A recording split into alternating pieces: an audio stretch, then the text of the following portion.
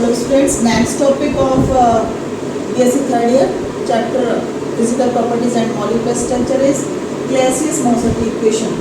This is a very important equation, Clausius-Mozart equation.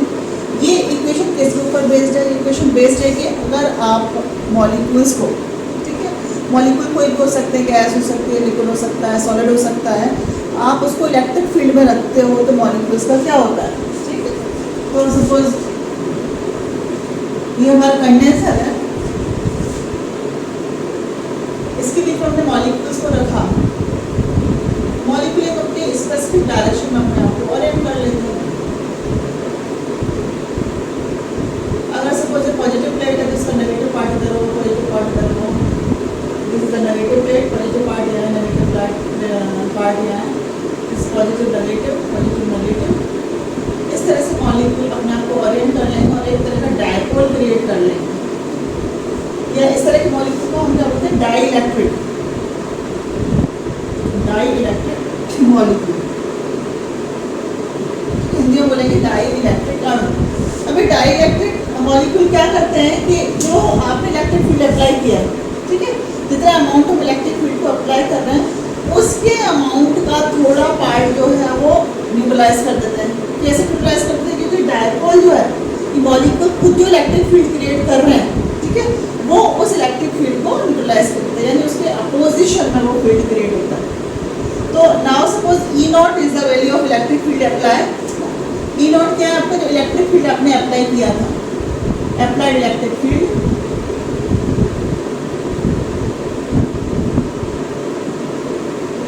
ठीक है।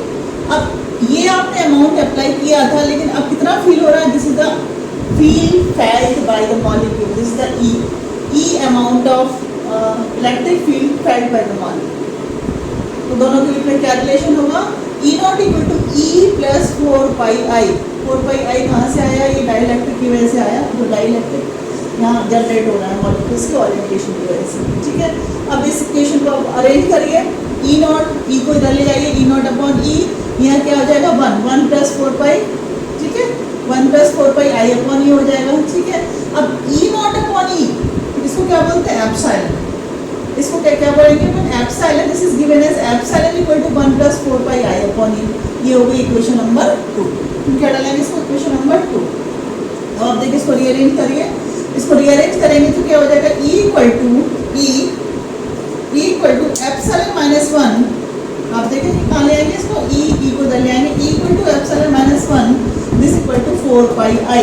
ये हो गई इक्वेशन नंबर 3, ठीक है। यहाँ पे एप्सिलॉन क्या है? इसको बोलते हैं रिलेटिव परमिटिविटी, क्या बोलते हैं? आपेक्षिक पारगम्यता, ठीक है।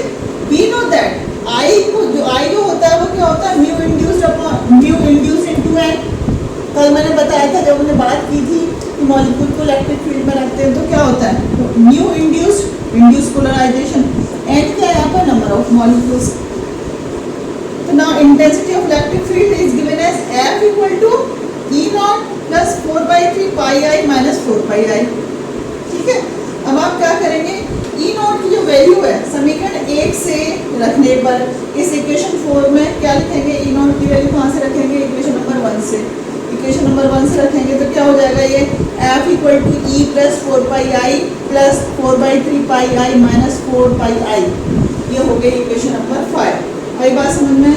ये जो वैल्यू हमने इंटेंसिटी ऑफ इलेक्ट्रिक फील्ड और इंड्यूस के बीच रिलेशन निकाला था कल, इससे पहले वाले लेक्चर के अंदर हमने I equal to mu induced into N के नंबर ऑफ मॉलिक्यूल। ये जो है ये I की value mu induced into N हम बाद में रखेंगे। अभी आप देखिए F जो होता है इंटेंसिटी ऑफ इलेक्ट्रिक फील्ड, ये होता है जैसे मैंने बताया था E not plus 4/3πI minus 4πI। अब ये सारी चीज़ें कहाँ से आ गई? ये सारी चीज़ें कहाँ से आ गई? E नॉट तो क्या है? इंटेंसिटी ऑफ इलेक्ट्रिक फील्ड है, विद्युत क्षेत्र की तीव्रता जो आपने अप्लाई किया है, it is the intensity of electric field, ठीक है। अब यहाँ कह सकते हैं कि कंडेंसर की प्लेटों के मध्य स्थिर विद्युत क्षेत्र, this is given by E not.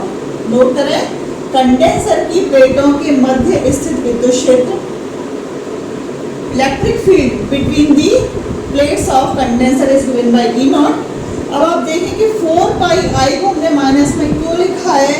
क्योंकि ये जो डाइइलेक्ट्रिक प्रेरित द्विध्रुव के कारण उत्पन्न फोर्स है। क्या है ये? डाइलेक्ट्रिक प्रेरित द्विध्रुव के कारण उत्पन्न बल। It is the force, it is the parameter created by generation of dielectric. ये जो डाइलेक्ट्रिक बना है इसकी वजह से जो पैरामीटर क्रिएट हुआ है जिसको अपन फोर्स बोले, it is given by 4πi। इसको अपन जो टोटल आपकी इंटेंसिटी है उसमें से हमें माइनस करना पड़ेगा। थर्ड जो पैरामीटर है स्फेरिकल कैविटी के तल पर प्रेरित, ये जो है 4/3πi मॉलिक्यूल की किस तरह से माना हुआ है हमने? स्फेरिकल कैविटी, एक गोलीय तल के रूप में माना हुआ है। तो उसके जो ऊपर जो इलेक्ट्रिक फील्ड जनरेट हुआ है it is given by 4/3πi। बात समझ में आ गई? ई नोट क्या है? कंडेंसर के मध्य इलेक्ट्रिक फील्ड, 4/3 जो मॉलिक्यूल की कैविटी के ऊपर है जनरेटेड फील्ड, और ये किसकी वजह से है? जो डाइलेक्ट्रिक जनरेट हुआ है उसकी इंडक्शन की वजह से। तो ये तीनों पैरामीटर आपस में इस तरह से कोरिलेटेड है। अब मैंने बताया था ई नोट का मान समीकरण 1 से रखने पर 1 से रखेंगे तो क्या हो जाएगा? F equal to E plus 4πi plus 4/3πi minus 4πi। This is the equation number 5। हम क्या करेंगे? यहाँ पे क्या चीज़ कैंसिल आउट हो सकती है? 4πi से 4πi कट जाएगा, है ना। अब क्या बचेगा? F इक्वल टू, यहाँ पे देखें, F equal to E plus 1/3 E minus 1। ये क्या बचा? F equal to E plus 1/3 E epsilon minus 1 into E। ठीक है, इस इक्वेशन, ये इक्वेशन कैसे आई? समीकरण 5 से 4πi का मान रखने पर, समीकरण 5 से 4πi का मान रखेंगे हम तो इक्वेशन इसके अंदर कन्वर्ट हो जाएगी। नाउ अब आप इसको रीअरेंज करिए, ये इक्वेशन कैसे रीअरेंज हो जाएगी? इसको आप सॉल्व करोगे तो इसको सॉल्व करने के बाद हमारी जो वैल्यू आएगी F equal to 2E/3 plus epsilon E/3। ठीक है, तो इसके बाद क्या करना है आपको? उसको रीअरेंज करना है इक्वेशन को। ये इक्वेशन किसके अंदर कन्वर्ट हो जाएगी? F equal to E/3 2 plus epsilon. This is the equation number 7। ठीक है, अब हमें पता है कि जो म्यू इंड्यूस्ड है, ठीक है, म्यू इंड्यूस्ड इक्वल टू क्या होता है? Alpha D into F. इससे पहले वाला जो लेक्चर था उसमें मैंने बताया था mu induced equal to alpha D F होता है और I equal to mu induced into N होता है। ठीक है, तो mu induced equal to alpha D into F है। अब क्या करना है? Put the value of F. F का मान हम कहाँ से पुट करेंगे? इस वाली इक्वेशन से, इक्वेशन 7 से। हमें किस पर रखना है? इस वाली इक्वेशन में रखना है। तो क्या इक्वेशन हो जाएगी? Mu induced equal to alpha D into E/3 2 plus eta. ये हो गई इक्वेशन नंबर 8। लेकिन हमें पता है कि I इक्वल टू क्या होता है? Mu induced into N. अब हम क्या करेंगे? ये जो म्यू इंड्यूस्ड की वैल्यू है ये हम किस में रख देंगे? इस वाली इक्वेशन में रख देंगे। ठीक है, तो हमने बताया था कि I इक्वल टू होता है म्यू इंड्यूस्ड इंटू एन। ठीक है, म्यू इंड्यूस्ड की जो वैल्यू है alpha D into E/3 2 plus epsilon. ये जो वैल्यू है हम किस में पुट करेंगे? इस वाली इक्वेशन में पुट करेंगे। इस इक्वेशन में पुट करने के बाद हमारी इक्वेशन हो जाएगी इक्वेशन नंबर 9। अब आप देखिए 9 इक्वेशन के अंदर क्या? 9 equal to N alpha D, N यहाँ पे म्यू इंड्यूस की जगह ये पूरा अल्फा डी इंटू E/3 पूरी वैल्यू आ जाएगी। तो ये हो गया I equal to N alpha D into E/3 2 plus epsilon. ये हो गया इक्वेशन नंबर 9।